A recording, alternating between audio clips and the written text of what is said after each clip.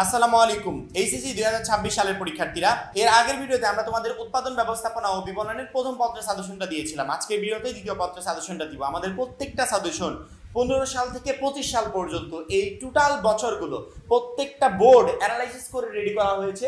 সেই জন্য এখানে সন্দেহ রাখার কোনো অবকাশ নাই যে ভাই আমাদের তো বিগত কয়েক বছর শর্ট সিলেবাস ছিল, তার আগে আবার ফুল সিলেবাস ছিল, সব কিছু অ্যানালাইসিস করেই রেডি করা হয়েছে। সেক্ষেত্রে তোমাদের এই বিষয়গুলো নিয়ে টেনশন করতে হবে না, এইগুলো টেনশন আমরা করব।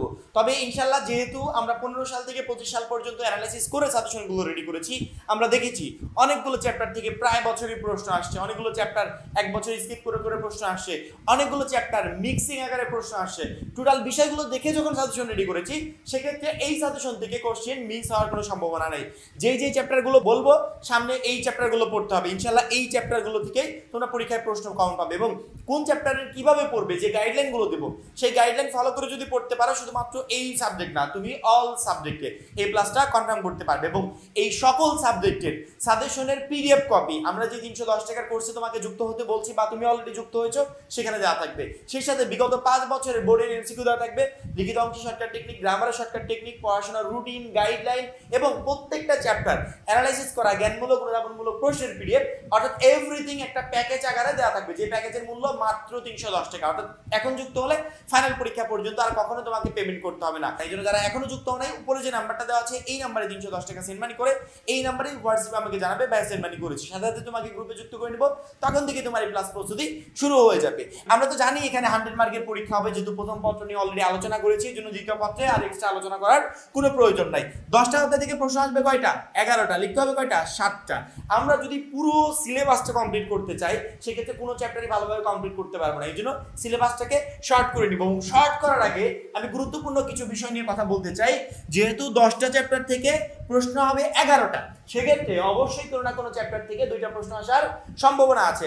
এখন 2টা প্রশ্ন আসার সম্ভাবনা আছে সেটা বুঝলাম, কিন্তু যদি বাই চান্স কোনো ক্রমে একটা চ্যাপ্টার থেকে 2টা প্রশ্ন না আসে, তখন কিভাবে হবে?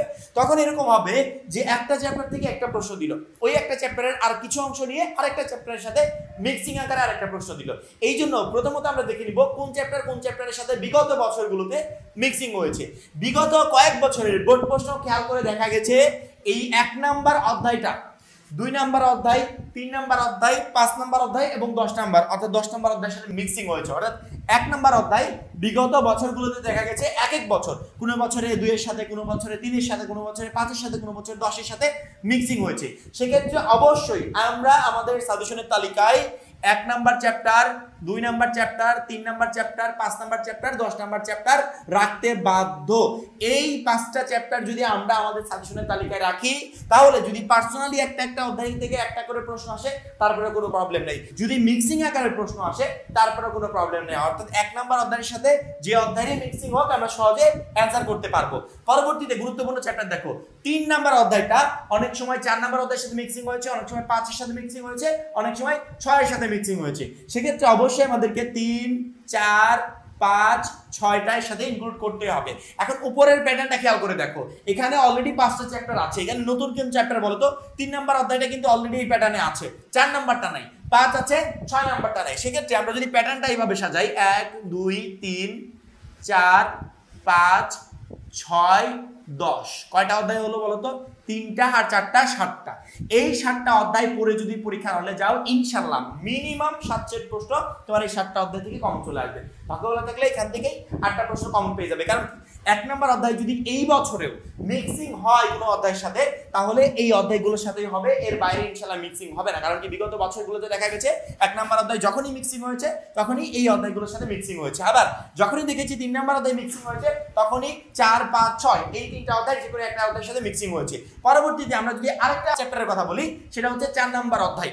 4 নাম্বার অধ্যায় অনেক বছরে 5 নাম্বার অধ্যায়ের সাথে মিক্সিং আকারে একটা প্রশ্ন আসছে, অনেক বছরে 6 এর সাথে মিক্সিং হয়েছে, অনেক বছরে 8 এর সাথে মিক্সিং হয়েছে। সেক্ষেত্রে আমরা যদি 4 নাম্বার অধ্যায় যে সমস্ত চ্যাপ্টারের সাথে মিক্সিং হয়েছে সেই চ্যাপ্টারগুলোকে ধরি, তাহলে দেখো এখানে কিন্তু আমরা 5, 6 অলরেডি দিয়েছি, 8টা দেইনি। ঠিক আছে, 8টা বাদ থাক, সাইড থাক, কোনো প্রবলেম নেই।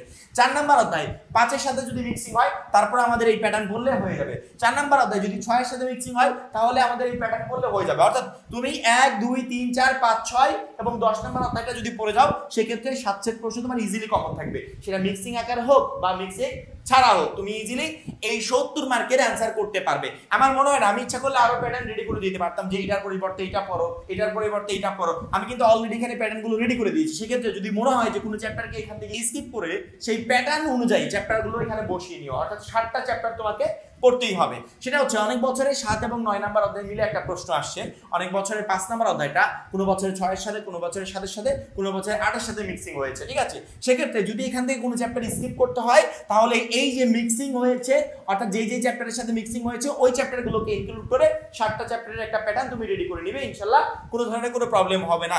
এই 70 মার্ক নিয়ে আপাতত টেনশন করতে হবে না। অনেকে বলতে পারো ভাইয়া চ্যাপ্টার কি পড়বো সেটা তো বুঝলাম, কিন্তু ওই চ্যাপ্টারে কি পড়বো সেগুলো যদি একটু বলে দিতেন।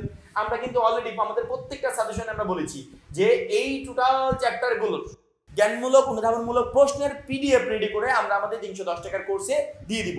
ওইখান থেকে পিডিএফ গুলো নিয়ে তুমি বেস্ট একটা প্রিপারেশন নিতে পারবে, এবং গ এবং ঘ নাম্বার প্রশ্ন পারার জন্য শুধুমাত্র তোমাকে এই চ্যাপ্টারগুলো অর্থাৎ তোমার টেক্সট বুক থেকে পড়তে হবে। তুমি তোমার টেক্সট বুকের এই চ্যাপ্টারগুলো কমপ্লিট করবে, প্লাস আমাদের যে 310 টাকার কোর্স আছে সেখান থেকে প্রত্যেকটা চ্যাপ্টারের ইম্পর্টেন্ট জ্ঞানমূলক অনুধাবনমূলক প্রশ্নের পিডিএফ গুলো নিবে। ওই পিডিএফ গুলো প্লাস এগুলো কমপ্লিট করতে পারলে ইনশাআল্লাহ 70 মার্কের 70ই তোমার কনফার্ম থাকবে, এক নাম্বারও মিস হবে না।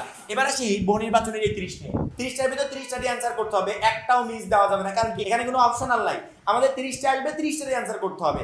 এখন 30টার ভিতর 30টার অ্যান্সার করতে হলে অবশ্যই এই যে টেক্সট বুকটা আছে, যে বইটা থেকে আমি উৎপাদন ব্যবস্থাপনা বিপণন দ্বিতীয় পত্রের প্রিপারেশন নিব, সেই বইয়ের বিকল্প নাই। অবশ্যই ওই বইটাকে প্রথমত প্রত্যেকটা চ্যাপ্টার ওই বই থেকে আমাকে কমপ্লিট করতে হবে, প্লাস বিগত 5 বছরের বোর্ডের এমসিকিউ পড়তে হবে। আচ্ছা তুমি আমাকে বলো যে ভাইয়া এইটা আমরা পড়তে চাচ্ছি না, অন্য একটা উপায় বলে দেন যেখান থেকে এমসিকিউর জন্য প্রিপারেশন নিতে পারবো। পৃথিবীতে আর কোনো উপায় নেই যেখান থেকে তুমি এমসিকিউর জন্য একটা বেস্ট প্রিপারেশন নিতে পারবে। কারণ কি অনেকে দেখি বলে যে 500 1000 এমসিকিউ পড়ে যায় এখান থেকে কমন পাবে, এইভাবে আসলে পরীক্ষায় এমসিকিউ কমন পাওয়া যায় না। এটা শুধুমাত্র হয়তো সময় নষ্ট করে।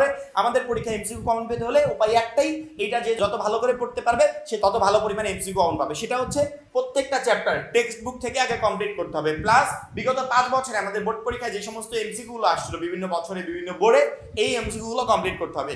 বিগত 5 বছরে এমসিকিউ আমরা যে 310 টাকার কোর্সে তোমাকে যুক্ত হতে বলছি সেখানে দেওয়া থাকবে সকল সাবজেক্টের, আলাদা করে তোমাকে টেস্ট পেপার কিনতে হবে না, উত্তর সহ এমসিকিউ ওইখানে দেওয়া থাকবে। ওইখান থেকে তুমি পিডিএফ গুলো দিবে, প্লাস তোমার টেক্সট বুকের প্রত্যেকটা চ্যাপ্টার সুন্দর করে কমপ্লিট করবে। টেক্সট বুক প্লাস বিগত 5 বছরের বোর্ড এমসিকিউ, এই দুইটা কমপ্লিট করে যেতে পারলে ইনশাআল্লাহ এই 30টার ভিতর 30টা এমসিকিউ কমন থাকবে, মিস হবে না। এবং সৃজনশীলের জন্য যে প্যাটার্নটা রেডি করে দিলাম সেই প্যাটার্ন অনুযায়ী পড়বে, এবং আমরা আমাদের পিডিএফ কোর্সে যে জ্ঞানমূলক অনুধাবনমূলক প্রশ্নের পিডিএফ দিব সেই পিডিএফ গুলো কমপ্লিট করবে ইনশাআল্লাহ। উৎপাদন ব্যবস্থাপনা ও বিপণন দ্বিতীয় পত্রে তোমার 100% প্রশ্ন কমন থাকবে, শুধুমাত্র এই সাবজেক্ট না, আমরা অল সাবজেক্টের তোমাদের সিলেবাসটাকে প্রথমত শর্ট করে দিয়েছি।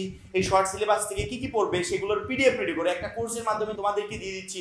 সেক্ষেত্রে আমাদের গাইডলাইন অনুযায়ী যদি পড়তে পারো ইনশাআল্লাহ প্রত্যেকটা সাবজেক্টে তুমি একটা বেস্ট রেজাল্ট করতে পারবে এবং অল্প সময় ভালো মতো একটা প্রিপারেশন নিতে পারবে। যারা এখনো কোর্সে যুক্ত হন নাই খুবই দ্রুত যুক্ত হয়ে যাবে, কারণ কি একটা মাত্র কোর্সই সকল সাবজেক্টে তোমাকে ভালো রেজাল্ট করতে সহযোগিতা করবে। সবাই ভালো থাকবে, সুস্থ থাকবে, আল্লাহ হাফেজ।